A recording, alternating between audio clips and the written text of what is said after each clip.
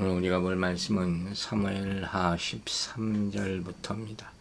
사무엘하 13장 18절부터 22절까지 18절에서 22절까지의 말씀 보도록 하겠습니다. 암논의 하인이 그를 끌어내고 곧 문빗장을 지르니라. 다말이 채색 옷을 입었으니 출가하지 아니한 공주는 이런 옷으로 단장하는 법이라. 다말이 죄를 자기의 머리에 덮어쓰고 그의 채색 옷을 찢고 손을 머리 위에 얹고 가서 크게 울부짖느니라. 오라버니 위야, 지금은 잠잠히 있고 이것으로 말미암아 근심하지 말라 하니라. 이에 다말이 그의 오라버니 압살롬의 집에 있어 처량하게 지내니라. 다윗 왕이 이 모든 일을 듣고 심히 노하니라. 압살롬은 암논이 그의 누이 다말을 욕되게 하였으므로 그를 미워하여 암논에 대하여 잘잘못을 압살롬이 말하지 아니하니라. 아멘. 자, 참 이 집안 사람들은 도대체 어떤 사람들인지 이해가 안 가는 일들이 계속 벌어지는 참 가슴 아픈 장면이고, 지금의 이런 악한 행동들이 과연 장래 무슨 일을 가져올 것인가 걱정이 되기도 하는 좀 그런 상황입니다. 먼저 18절에 이렇게 나와 있죠. 다말이 채색 옷을 입었으니 출가하지 않는 공주는 이런 옷으로 단장하는 법이라. 이 채색 옷이라는 것은 이 히브리 사람들이 입는 옷이 있죠. 소매가 달린 긴 겉옷을 뜻하는 거예요. 아마 이는 공주와 같은 귀족 신분이 입는 이 소매가 길고 아름답게 장식된 이 나들이 옷 같은 것을 의미할 것으로 보입니다. 이 당시 결혼하지 않은 공주는 이런 채색 옷으로 단장했다는 사실을 보여주는 것이죠. 한마디로 귀한 옷이에요. 아무나 못 입는 옷. 그런데 구약 성경에서 채색 옷을 입었다고 언급된 사람이 2명 나와요. 누굽니까? 바로 여기는 다말과 요셉이죠. 그런데 공교롭게도 두 사람의 채색 옷은 모두 찢겨지죠. 요셉의 옷은 형들이 찢었고, 다말의 옷은 고통과 슬픔을 이기지 못한 다말 자신이 스스로 찢게 되는 거예요. 공통점은 다 비극적인 그런 결과를 가져오게 됐다는 거죠. 이런 것 생각해도 또 재밌죠. 그 다음에 또 다말이 어떤 행동을 하느냐. 채색 옷을 찢고 죄를 자기의 머리에 덮어쓰고 손을 머리 위에 얹고 가서 크게 울부짖느니라 그랬어요.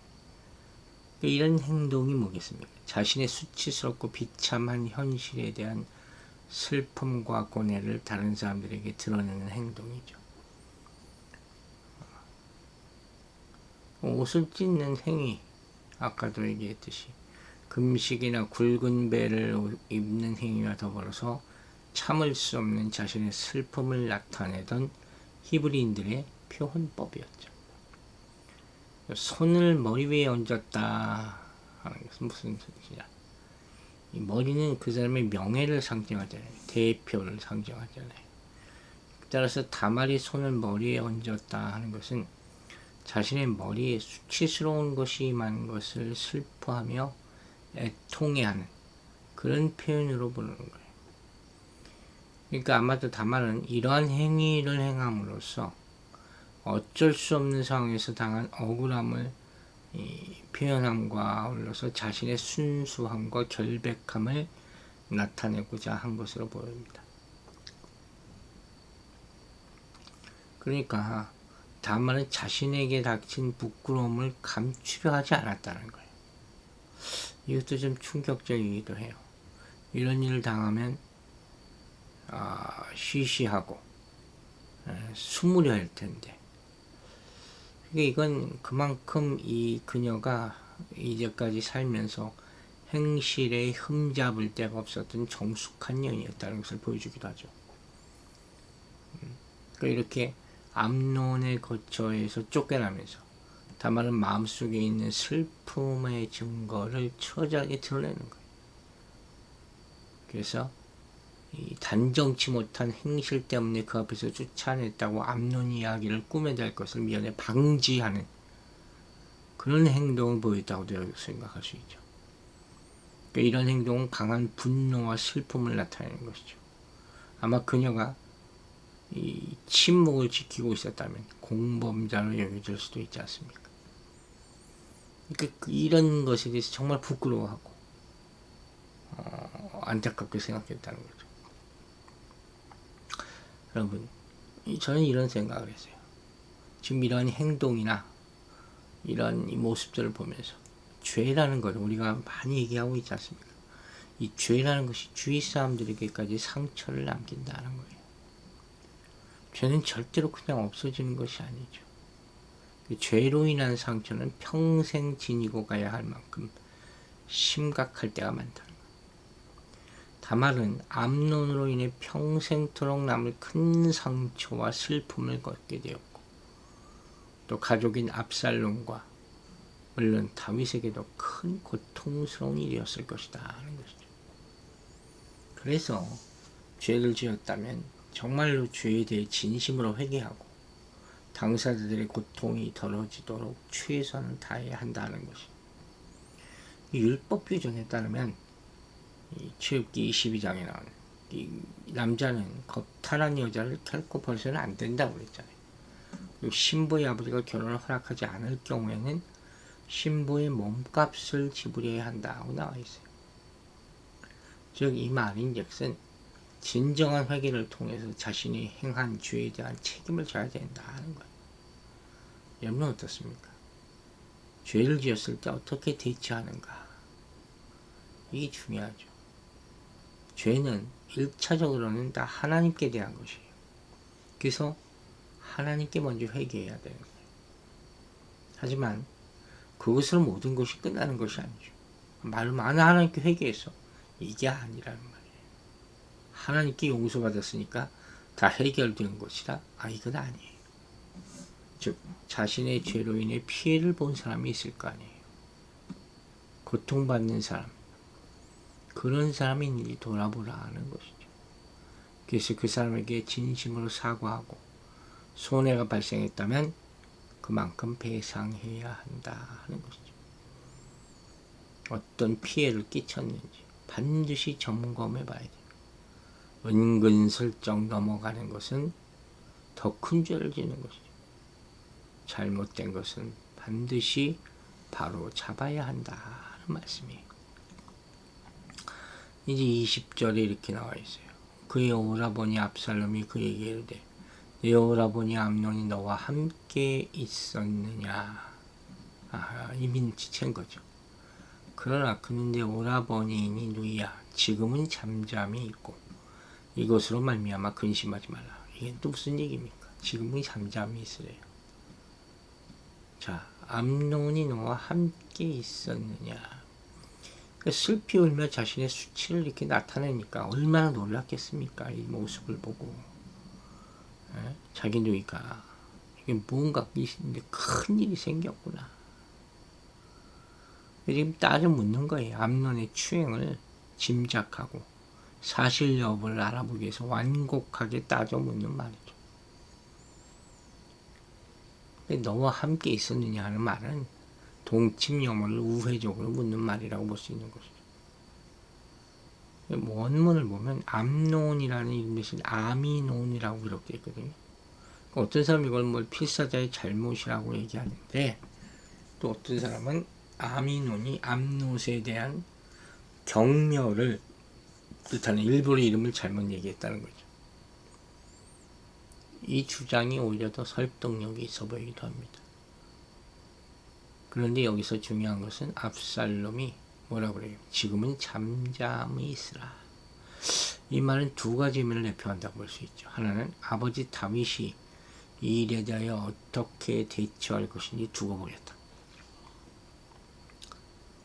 그 한 가지 의미가 있고, 또 한 가지는 암논에게 복수할 좋은 묘책이 떠오를 때까지는 경거망동하지 않겠다.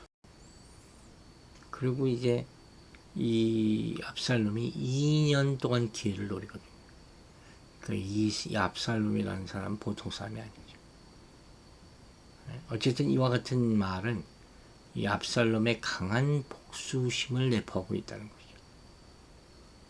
다말에게 자행된 그 잘못은 사실 신속한 형벌이 요구된 잘못이에요. 또 다말이 암논의 집을 떠나면서 보여준 행동 때문에 그 사실은 전혀 은폐될 수가 없었던 것이죠. 아마 사람들이 다 금방 알았을 거예요.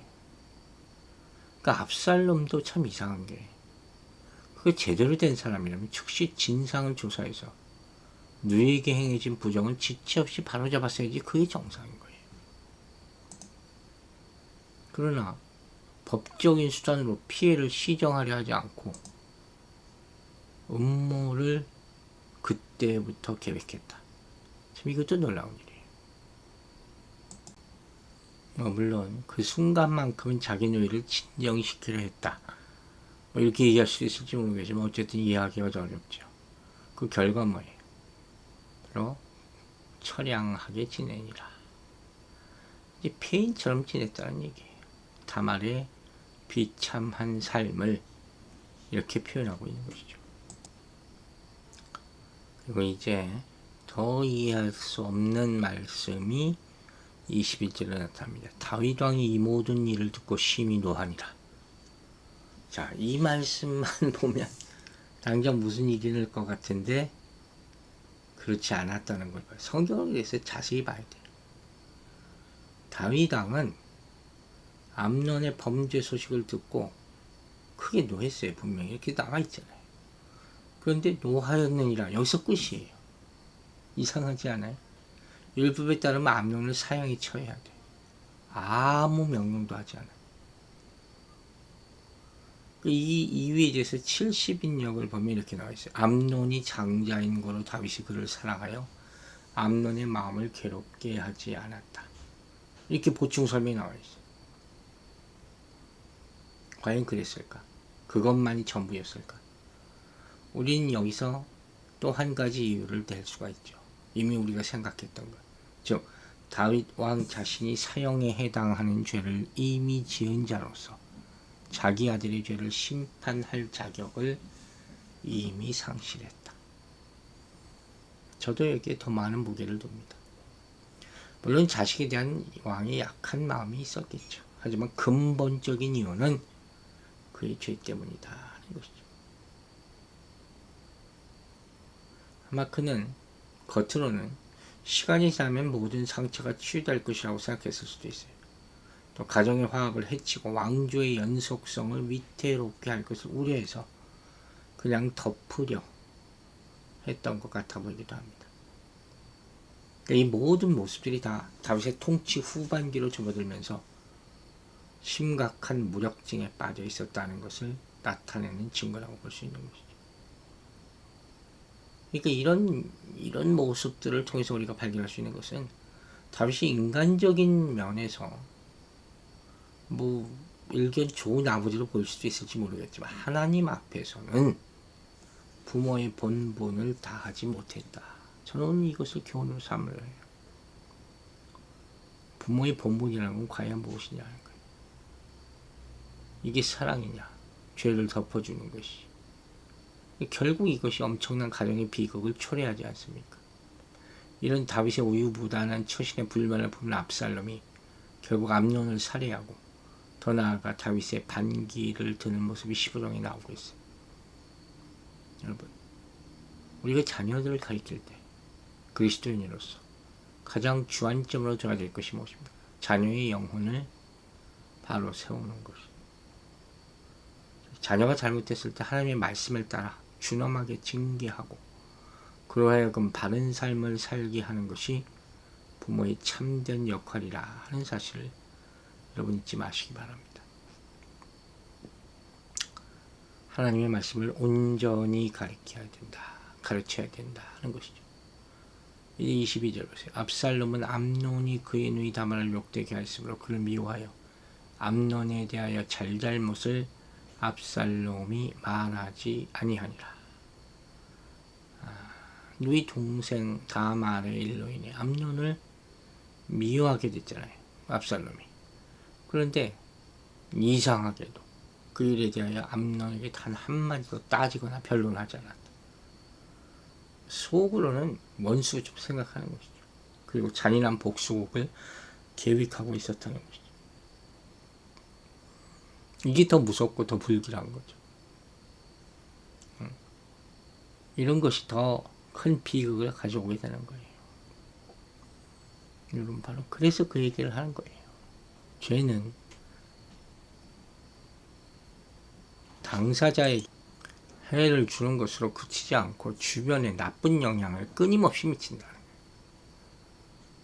마치 암논이 다말에게 행한 죄로 인해 압살롬이 복수의 칼을 가는 것 같은 거죠. 영향력, 나쁜 영향력이죠. 암논의 죄로 말미암아 압살롬은 증오를 품고 결국 가족이 서로를 죽이는 비극의 발단이 되고 말지 않습니까? 여러분, 죄를 징벌하지 않고 간과할 때 상황은 더 악화되는 거예요. 다윗은 심히 분노했지만 암논에 대해 질책하거나 처벌하지 않았잖아요. 압살롬도 그때 조용히 그냥 넘어가는 척 하잖아요. 하지만 그것으로 끝난 것이 아니었다 하는 것이죠. 겉으로만 평온하게 보이고 증오의 싹이 자라고 있었다는 것입니다. 자, 마지막으로 생각해 봅니다. 이 공동체 내에서 죄를 범한 사람이 있을 때 우리는 어떻게 대처해야 하느냐. 우리에게 던져주는 숙제예요. 공동체 이미지가 나빠질 것을 두려워해서 못 본 척하거나 덮어버려야 합니까? 그게 사랑입니까? 성경은 분명히 답을 줍니다. 마태복음 18장 15절부터 보세요. 형제가 죄를 보면 우선 단둘이 있을 때 잘못을 지적하라고 그랬어요. 그래도 듣지 않을 경우 두세 증인 앞에서 말하고, 그래도 듣지 않으면 교회 앞에서 잘못을 지적해서 돌이키게 해야 한다. 분명히 얘기합니다. 이와 같은 징계를 행할 교회가 과연 얼마나 있을까요? 오늘날. 그러나 그러한 것을 행하지 못할 때 벌써 하나님의 공의를 어긋나게 하는 것이다. 여러분, 교회 공동체가 죄를 감싸거나 묵인하면 그 죄는 반드시 또아리를 틀고 앉아서 더 큰 문제를 만들어요. 언젠가 더 큰 폭탄이 터지게 되는 것이. 그러나 죄를 지적하고 돌이키게 할 때 당장은 아프지만 어려움이 있어도 공동체는 결국 건강하게 된다 하는 사실을 꼭 깨닫게 되기를 주의 이름으로 축원합니다. 기도하겠습니다. 아버지 하나님, 오늘 우리는 이 죄의 영향력을 봅니다. 다윗이 시작한 이 죄가 온 가족을 풍비박산하게 만드는 그런 결과를 가져오게 됩니다. 우리가 또 이 본문을 통해서 우리가 자녀를 어떻게 키워야 되느냐, 가장 중요한 것은 자녀의 영혼을 바로 세우는 것임을 깨닫게 해주심을 감사드립니다. 어렸을 때부터 주의 말씀을 가르치게 하여 주시고 아직도 늦지 않았으니 지금이라도 기도하면서 주의 말씀을 가르쳐서 하나님의 사람으로 만들 수 있는 부모들 될 수 있도록 성령님께서 일깨워 주시옵소서. 또한 우리 교회가 주에 물들지 않도록 해주시고 주에 대해서 공의를 단호히 행하여서 그 교회가 더럽혀지지 않고 하나님의 거룩한 성전으로서 역할을 감당할 수 있도록 주님 우리를 사용하여 주시옵소서. 오늘 하루도 주의 성령님께서 그 거룩한 영으로 우리 성도들 한 사람 한 사람 지켜주시고 특별히 연약한 자에게 역사하여 새 힘을 주시고 소망을 주셔서 모든 질병과 약함을 이기고 일어날 수 있도록 힘에 힘을 더하여 주시옵소서. 성령님께서 함께해 주실 줄로 믿사오며 예수 그리스도 이름으로 기도했습니다. 아멘.